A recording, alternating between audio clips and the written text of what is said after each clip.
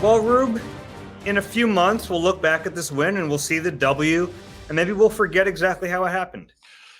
Maybe in a few hours. They're all line drives in the box score, as they say in baseball. Um, yeah, this was not a work of art, but ultimately, doesn't matter. They did what they had to do. They got out of Indy somehow with a win. It was a crazy game. A lot to be encouraged by. Certainly, a lot of concerns, but final score, I keep looking. I keep saying Eagles 17, Colts 16. So Yeah, that's I what don't it think that's says. going to change at this point. So you take it and get out of there before the refs come up with a penalty to call. Yeah, Fletcher Cox said it going into the locker room. They ain't all going to be pretty, and this one was not, but the Eagles win it 17-16. This is the Eagle Eye Podcast presented by Nissan. He's Reuben Frank. I'm Dave Zangaro. We're going to break it all down. In a way, it's like the perfect Eagles win for Jalen Hurts because he always likes things to work on, and there's a lot to work on. But let's talk about something that did go well for them, at least the result of it, that last drive. And it was something I wanted to see from Jalen last week, and he didn't get the opportunity, first because of a turnover and then second because of a penalty. Today we got to see it. We got to see him with the game on the line, drive his team down the field. Maybe not the most picturesque drive, but he did it. He got him in the end zone. They won the game.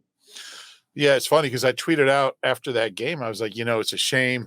Like, if any of those three plays, and we talked about the Goddard fumble, the Quest fumble, and the BG penalty, if any one of those don't happen, I feel really confident in Jalen to rally the team to a win. And somebody tweeted to me and said, "How can you say that?" I said, "That's how I felt. That was my opinion. I felt like he was going to win the game. I feel like he's the kind of quarterback that can make those plays trailing and win a game and rally a team. He never got that opportunity, but he sure got it. He sure got it today, and he really took over that game. I mean, I have it here somewhere. He had eight rushing attempts just in the fourth quarter for like 59 yards, and that includes the whole quarter. But just on that last drive, he just wouldn't be denied. And I don't know if there's a lot of quarterbacks I'd rather have in that situation, like whether it's a 4th and 2 or a 3rd and goal from the set, whatever it is, just feel like he's going to find a way. Yeah, and in a way, like, it's encouraging that he was able to do that to cap off a game where I really thought he struggled for most of the game. I thought he was doing a lot of the things when we talk about Jalen when he's not having a good game, making some poor decisions, like looking – not looking downfield, kind of running in the sacks. I thought he did all those things today, but with the game on the line, and I don't even care that he didn't do it with his arm. Like he made plays and he won on the football game. So I'm really going to struggle when I do my position by position grades because like the whole body of work, I didn't think it was a very good game from him, but how do you argue with the end result? He wills his team to a win. It's really a few games in a row. He's had some issues with pocket presence and awareness, where he's run into sacks. He's had a couple fumbles. The one sack he took, I guess it was on a 4th down. I mean, just not being aware of the pressure stuff. Like, how do you can't take that sack? Yeah, you just can't. You can't. And those are uncharacteristic things because I think he had shown a lot of growth in those areas. And look, I know sometimes he's just trying to make a play. I'm sure it kills him inside to just throw the ball away, but sometimes that's the play. And that's something he's got to work on. There's certainly, because this is really like the Houston game. I think he ran into like 2 or 3 sacks. Obviously he had a costly fumble and then another fumble today that could have been costly. So there's certainly stuff for him to work on. I thought he did make enough big plays, made some plays in the passing game. I thought they should have thrown more. Last week I was saying they should have run more. I thought Shane's play call, and that's another thing. I thought Jalen's judgment on a couple RPOs was off, just a little bit off. Yeah, just made the mistake. I mean, didn't make the right calls. Yeah, so certainly a lot for him to work on. But I'll tell you what, 3rd and goal with a minute 20 left or whatever it was on the 7-yard line, there's nobody I'd rather have with the ball in their hands. Yeah, and it's fun in a way because he always has, there were so many games in a row where he's not running, but you always felt like if there was a game where that was what was working best, they still have it. They had it in their back pocket that whole time. Ideally, yes, like he stands in the pocket, he plays the game like he did against the Vikings, or some of those other games where he's a pocket passer, you don't need to run. But he's still such a weapon, and they have that at their disposal. And yeah, the quarterback draw from empty was their best play today. Yeah. Yeah, it was. And I think, we talked about all the different ways to make up for Dallas Goedert's absence for at least 4 weeks. And we talked about the other tight ends and throwing to the backs and the receivers, Quez being more of a factor. They really made up for it with Jalen running the ball and being a weapon that way, which he really hasn't been the last 6 weeks or so because he hasn't needed to be. Yeah. So I'm all for him not running unless he needs to. I just think he's safer if he doesn't do it. But he needed every one of those 86 yards today, and most of which were in the fourth quarter. And that was just so clutch. I thought he saw things. A couple of those runs, he just had great visions. There was one, it might have been that 23-yard run he had where I thought he was going to go outside, and he went inside, and there was more room there. I thought that was a great read, great vision. Look, he certainly had some issues today, but made so many plays with his legs that just kept the team in the game until they could get their chance to win it. Yeah, I thought it was interesting. A.J. Brown said he said Jalen was calmer than ever on that last drive, which is like the baseline is already like super comatose. Yeah, was he napping out there? But I mean, that matters. It's not going to necessarily show up in the stat sheet, but having a quarterback that has that command and has that poise and has that leadership quality that the other guys just believe that he's going to get it done, and he did. I was really impressed with the way he finished this game. Yeah, and I've always believed that, whether it's a coach or a quarterback, whoever the leader is or the figure in charge, if they are emotional and going wild and jumping up and down and losing their cool, whether it's in a good way or a bad way, complaining about a call or excited about, everyone else is going to kind of play in their, image. And when you have a quarterback who's calm in that situation, I mean, I covered that Super Bowl in Miami, the 49ers Bengals Super Bowl, when Joe, drove the Niners down the field with like 45 seconds left and they won the game. And, they talked about Joe in the huddle. Like, yeah. Did you ever hear Montana, right? It's Joe. Yeah. He doesn't, you don't use his last name. But I guess he, as the story goes, there might be apocryphal, but he saw John Candy in the front row in the stands. And as they get to the huddle for this, trailing by like 4 points in the Super Bowl with a minute and a half left, and Joe gets to the huddle and goes, "Hey, look, there's Joe, there's John Candy," and like he was like, "Just give me the ball. We're going to win the game." And that's an extreme case, but Jalen's got some of that, and I think it really helps him overcome when he does make mistakes, because that calmness goes so far. Like if you're Jack Stahl and you're in this situation, you're a young player, you haven't really played this much. If you're, whoever you are, you look at the leader, the quarterback, and he's that cool and calm and collected. You're going to think, well, he's not worried. I'm not worried. And it just allows you to play at your best. And Jalen certainly does that. I thought from that standpoint, it was magnificent today. Yeah, and also did you catch his celebration on the game winning touchdown? So for whatever reason, the Colts mascot, that horse guy, was like doing the fanatic thing where he like thrusts his belly. Yeah. I don't know why he was doing it after the Eagles scored a touchdown, but Jalen like was running right at him, stopped and did the same dance back to him. It was a really funny moment. And I think like that he just made the biggest play of the game, and he's having fun with it. It was an impressive day for him, and they had a lot to overcome in this. Yeah, whatever, it's funny because after that first drive on defense, if I were to tell you the defense really kept them in this game and the offense was out of whack, you probably wouldn't have believed me. Yeah, man, whatever that offensive game plan for this game, start a fire, crumple it up, and throw it in that fire. Yeah. I mean, it was atrocious. Yeah. And I give a ton of credit to Steichen and Sirianni because in a lot of these games, I really like what they've done. I think Steichen's had a great feel for it all year. This was bad, this game. I mean, so many just weird decisions. Like Boston is cold and you're going to give them 3 runs back to back to back in a crucial situation. That was odd. I mean, you're going to go with 13 personnel for a drive that you stall out on 3 and out, and A.J. Brown, your best players on the sideline. You're going to ask Miles Sanders to block Yannick Ngakoue 1-on-1. A couple of the ones I hated were going forward on that 4th and 10. That was desperation. It's early. Yeah. It was like 3 minutes into the second half. Yeah. And your odds of converting, obviously Jalen did not play the snap well, but your odds of converting, I looked it up historically, are about 30%. The defense had kind of found itself by then. Mm-hmm. You punt them deep, and I really like your chances. I didn't like those that one series, 3 straight running plays, 3rd and 2. Yeah. But look, they overcame it. Even the sequence before the game-winning touchdown. Right. I mean, what is this Harry High School stuff? You're wasting a timeout. Yeah, that was. It was weird.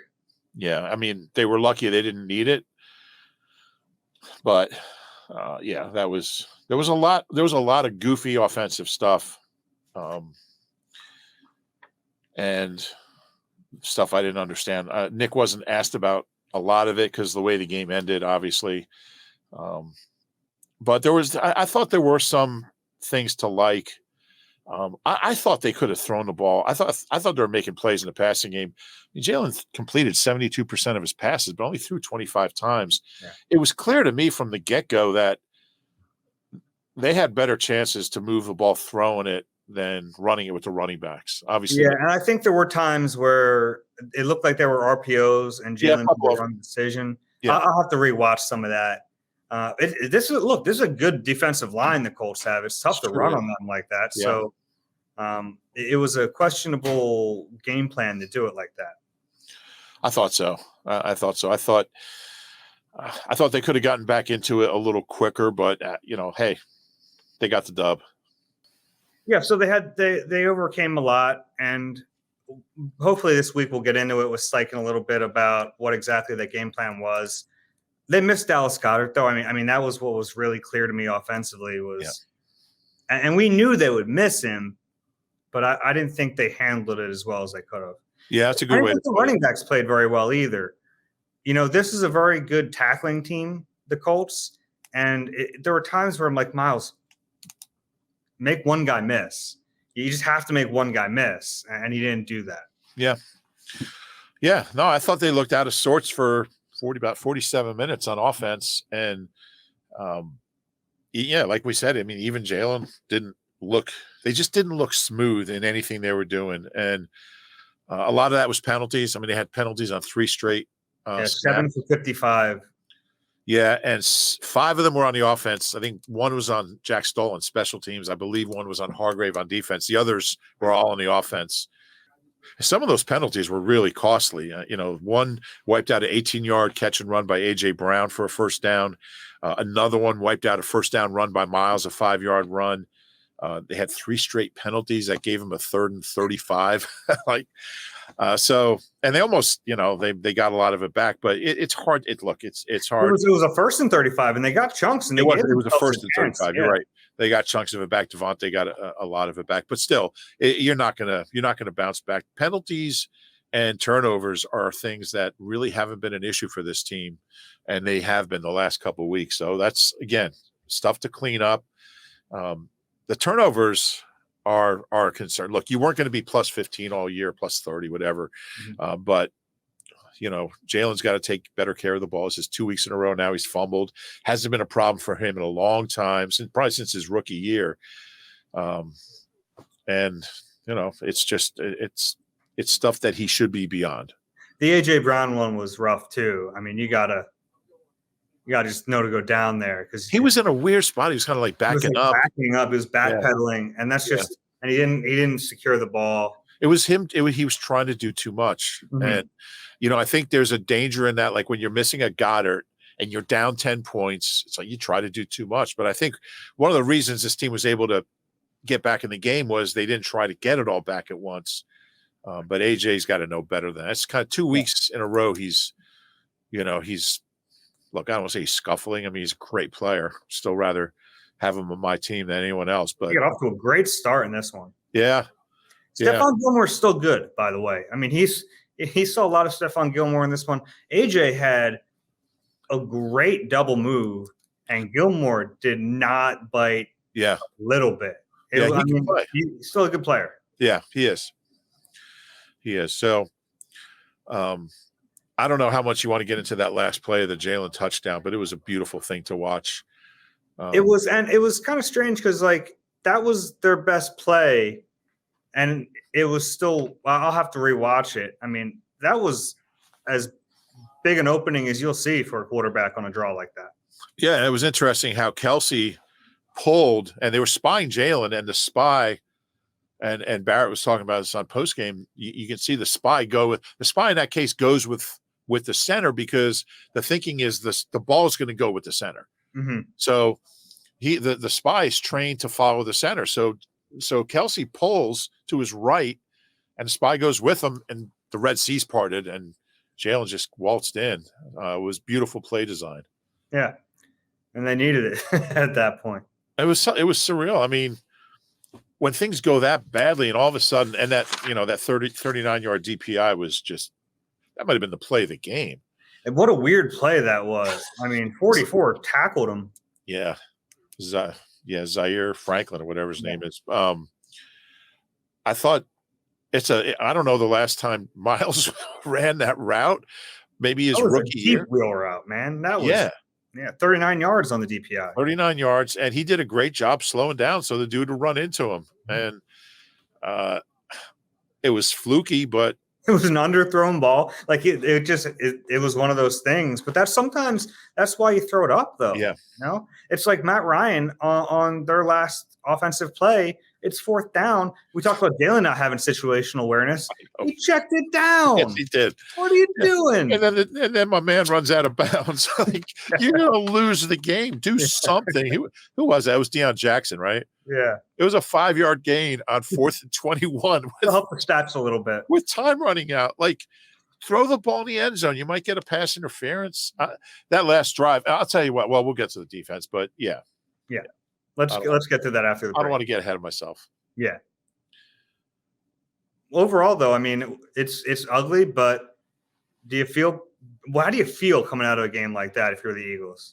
Feel great. You feel like you stole one. I think you feel like, look, anytime you win a game on the road, which they now won 7 straight, by the way, 7 straight road games, I think you got to feel pretty good. A short week, no Goddard, no Maddox, no Jordan Davis. You're shorthanded. You played Monday night.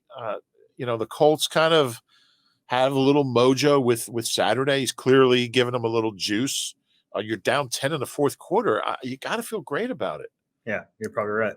I mean, you're 9-1, and I'm looking here. I mean, almost halftime. It looks like the Cowboys are up 20-3, which Eagles fans should want. You want the Cowboys to win that game. They got 3 losses. You want the Vikings to have 2. It gives you – look, I know everyone's like, I don't want to root for the Cowboys. Well, you know what? You want to root for the number 1 seed, root for the Cowboys, because they don't have a margin for error over the Vikings as far as the top seed. They have the tiebreaker, but if the Eagles lose and the Vikings win, Vikings are number 1 seed. If the Eagles lose and the Cowboys win, they have a margin they have a cushion, and the Cowboys don't pass them. So the way I see it, unless you think – I don't know. Unless you think the Vikings are a fluke, I think you got to root for the Cowboys in that game. But that's neither here nor there. The Eagles keep winning; it won't matter. They're 9-1, which is amazing. I saw a stat that something like 13 of the last 16 teams that started out, I think it was 7-0 or better. When they lost their first game, they also lost their next game. Because I think mentally it's really tough. Like, it's not easy to they haven't experienced a loss in so long. Yeah. And now you're like down 10 and you're questioning yourself, or, it's happening again. We keep making mistakes. So I think to and the Cowboys just kicked the field goal, so they're up 20 at the half. Yeah, I think it showed a lot of mental toughness and confidence with so much stuff conspiring against them to come back in this game. You know, they had lost 41 straight when they were down 10 or more going into the fourth quarter. I don't know if you guys played any Linval Joseph sound. Yeah, we did. He put it pretty eloquently. They had to let their drop. Well, the funny thing is, the last time the Eagles won a game when they were down 10 going into the fourth quarter was against the Giants in 2010. And Linval Joseph was on the Giants when Deshaun Jackson had that punt return to cap that incredible rally with Michael Vick. Brent Selleck had like he had 100 yards on the fourth quarter in that game. They'd lost 41 straight, down 10 going into the fourth quarter, and 61 out of the last 62. So that's a hell of a win right there. Yeah. It's the Nissan Thrill of the Drive event. So gift yourself what you really want this holiday season and shop your local Nissan store or visit nissanusa.com today. Just like the holidays, these offers won't last. Opioid addiction is a national public health crisis. The Someone You Know podcast from the Independence Blue Cross Foundation offers inspiring stories that challenge stigma, offer hope, and humanize the disease of addiction. Download the new season 3 of Someone You Know on all major podcast platforms. Let's talk about the defense because, the first drive was awful. After that, they're the reason they won this game. Yeah, they were. After that first drive, they were really, really good. A couple of things that stuck out. I was just looking at the drive chart. Phil Anastasia, your old professor, right? Was he your professor at Rowan? He taught me the first thing you do after a game is look at the drive chart. You know, you get to see the ebbs and flows of the game. You get a real big picture look at how it went. They had 10 drives after the 75-yard touchdown drive to open the game. Those 10 drives netted 9, 11, 16, 22, 5, -4, 23, 32, 47, and 8 yards. And, to me, the biggest thing was they shut down Jonathan Taylor, 7 for 49 on the first drive. 15 for 35 the rest of the way. 15 for 35 the rest of the way. So, look, it was I think that's what won them the game. The defense and they had some short fields to work with. Yeah, they held up. My thing, complimentary football. They held up when there were turnovers, short fields. They forced them to kick field goals. That was big, especially at the end of that game. I mean, when they held them to a field goal and you knew a touchdown would win it, I felt pretty confident they were going to win that game. Yeah, I did too. And the last drive, and we talked about this, we touched on it, but I mean, once you have Matt Ryan and known pass, it's over. Mm-hmm. And that was a situation where they couldn't use Jonathan Taylor. They didn't have enough time, and they didn't have enough. They had too many yards. They had to make plays in the air. Couldn't do it. Yep. First, BG had that great sack. And it's funny. We're doing a post-game show, and I'm watching. We have the game on, and I see on NFL Jesus, that's the NFL's live stats site, I see BG gets a sack, and I just yelled BG. I said to Jaws and Barrett and Michael Barkan, BG's going to get a sack here. I was just goofing around, and next thing you know, he gets a sack, and they think I'm a genius. But I saw the play. I didn't have the heart to tell them that I saw it. They were like, they were talking about in the postgame, like, Reuben knew. He saw that. Reuben, how did you know? Well, he's beating that guy the whole game, Raymond, whoever it was. But that was a huge play. Reddick had a huge sack. And I thought the first down play on that last drive was or on the first down after they got the first down. I think it was Chauncey Gardner-Johnson had a really look. I think we can agree he's not the world's greatest tackler, but I think he made a really nice play on 1st and 10. It was on Deion Jackson for 1 yard. And that put him in a 2nd and 9. He threw it incomplete. He bounced one to Pierce. Then BG got the sack. Then they false started. Now it's 4th and 21. Let's check it down to the running back. And it was over. Ball game. The defense, I'll tell you what, and we can talk about Sue and Linval Joseph. I never dreamed they would make such an impact so quickly. I mean, Linval Joseph was their best player today. He was their best player. He was something else. And ouch. Right from the these guys not only just got here. Look, it's hard enough. Like Chauncey Gardner-Johnson got here late, but he had been in a camp. He had been a professional football player all summer. These guys not only were not on a team all year, they weren't in a camp. They hadn't played a snap since January 9th, either one of them. So it really speaks to their professionalism to be ready, to be physically ready in case, look, because you can't get into shape in 5 days, or less than that. I mean, Joseph in the case of Sue. What's that? In the case of Sue, it was like 3 days. Like 3 days. And they were physical. They played intelligently. They were energized. They're two guys that are pros. They're veterans.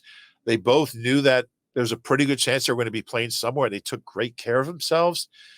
Football shape is different than just being in shape, but these guys managed to be as close as possible to football shape. I was blown away how well they both played, but Joseph in particular. And it was cool that they combined on a sack. It's kind of poetic justice. I mean, when they get Jordan Davis back, what a rotation that's going to be. But I thought, and it enabled them to play Fletcher less. I thought they were. I thought TJ Edwards was fabulous also. Man, he was running downhill, full head of steam all game. He made some big plays. Yeah, a couple big tackles for loss, like 5 yards. He recovered the fumble, the John Taylor fumble that Epsy forced. Epps was really good too. Really solid. I thought the line today was outstanding. Yeah. Milton had a big game. I thought Fletcher played pretty well. He did. I mean, that whole line today was very good. Yeah. They and this defense, whenever a team is in a position where, look, we have to throw now, they smell blood and they finish teams off, and that's good. That's really what the whole defense is. It's get it to known pass and then let them hunt a little bit. Yeah, you get in trouble when they're not. When teams are kind of playing ahead of the sticks, right? And we saw that on the first drive, but after that, the only one. Good. I thought this was one of the better performances of the year by the defense. Yeah, Just because of how that first drive went, how dangerous Jonathan Taylor can be, and when they're running it well, that gives Matt Ryan the flexibility to make throws, and he can still spin it. He's got a good arm. He just can't move. He can't buy time, and when the defense knows he's throwing, he's a sitting duck. It was terrific to see. Yeah, that series. And here's another one. I'm sorry to interrupt you. 4 straight games, the Eagles have not allowed a second half touchdown. Wow. Yeah. People want adjustments from Jonathan Gannon. There's your adjustment. Yeah, they're getting them. The one guy who really struggled in this game was Josiah Scott. Yeah, he did. Paris Campbell was a tough matchup for him. It set up. That was a 31-yard catch from Paris Campbell, put him on the 5-yard line. That series, to me, was arguably the biggest of the game for the Eagles defense. They're 5 yards away from scoring a touchdown. You have a no-gain tackle from Sue. You have an incompletion. Then you have that Reddick sack, -14. They kick a field goal. Huge. That was the longest sack in yards this year by the Eagles. Is that right? Huge play. Yeah. Still made the field goal, but that's what won them the game. Because if they score a touchdown there, I don't know. There's just not enough time. Yeah. Like, Eagles put the ball back with 4:37. They'd need 2 scores. That's a lot. It was nice to see somebody finally miss a 50-yard field goal because, that was the difference last week. I mean, as it turned out, it wasn't, but kickers had made 3 straight field goals that were all 50 yards or more against the Eagles. But, really, Josiah Scott, and he's, how many Avante's 2 more games at least, I guess. Yeah. He's going to miss 2 more games. And, I thought Scott played pretty well last week, but this was a tough matchup. But, if he's your biggest worry on defense, I think you're okay.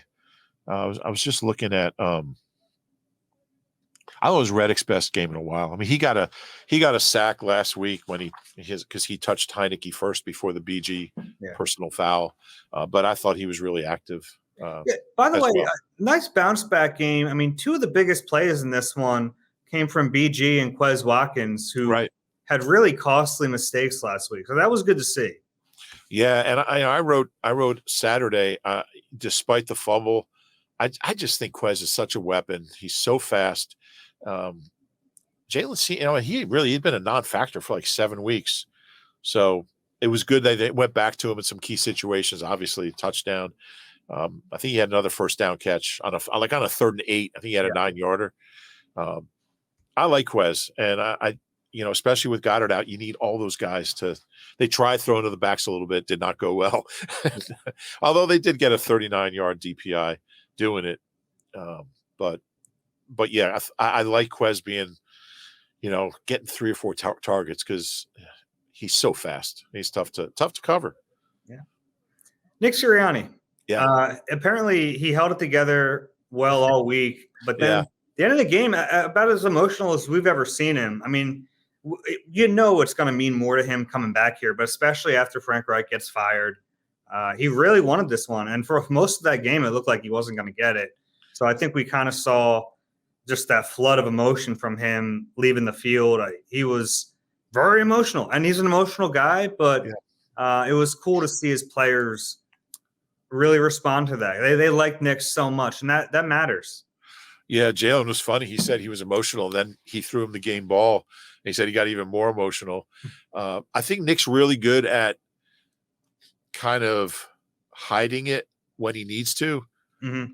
And, you could tell that he's really fiery guy. He's a really emotional guy, but he also understands that there's a lot of times where that's not the, image that's best to show. But as soon as that game was over, I mean, we watched him coming out the tunnel, and I think the first guy he hugged was Howie, and I forget who else was there, but you could tell. I mean, you could tell he was choked up.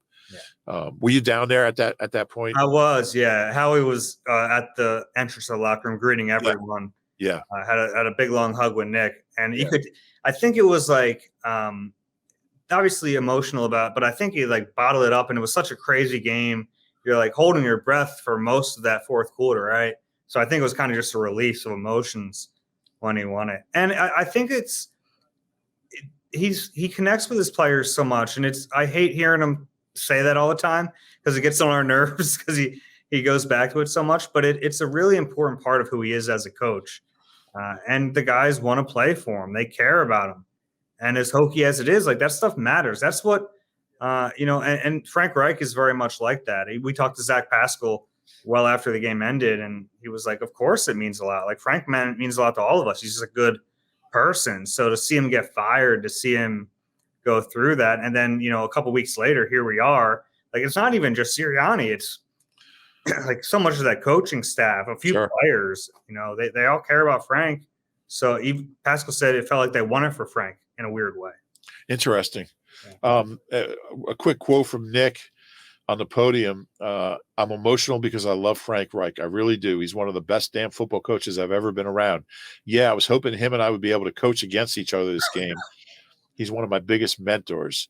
You don't want to know what I think if he should be here or not. You guys can probably imagine what I really think. I love him, so I got a little bit emotional about that. Yeah. You don't hear him talk like that ever. Yeah, he did such a good job of downplaying it during the week, but it was clear, like we know how he feels about it. Like he's angry that Frank got fired, and and Frank was a big help during the week. I would think so. Maybe that's why the offense didn't run well. They talk every week as it is, so not a stretch to think they talk this week. Yeah. You got anything else here? Hell of a win. Yeah, really was. And we'll see if they can fix all this stuff they have to fix.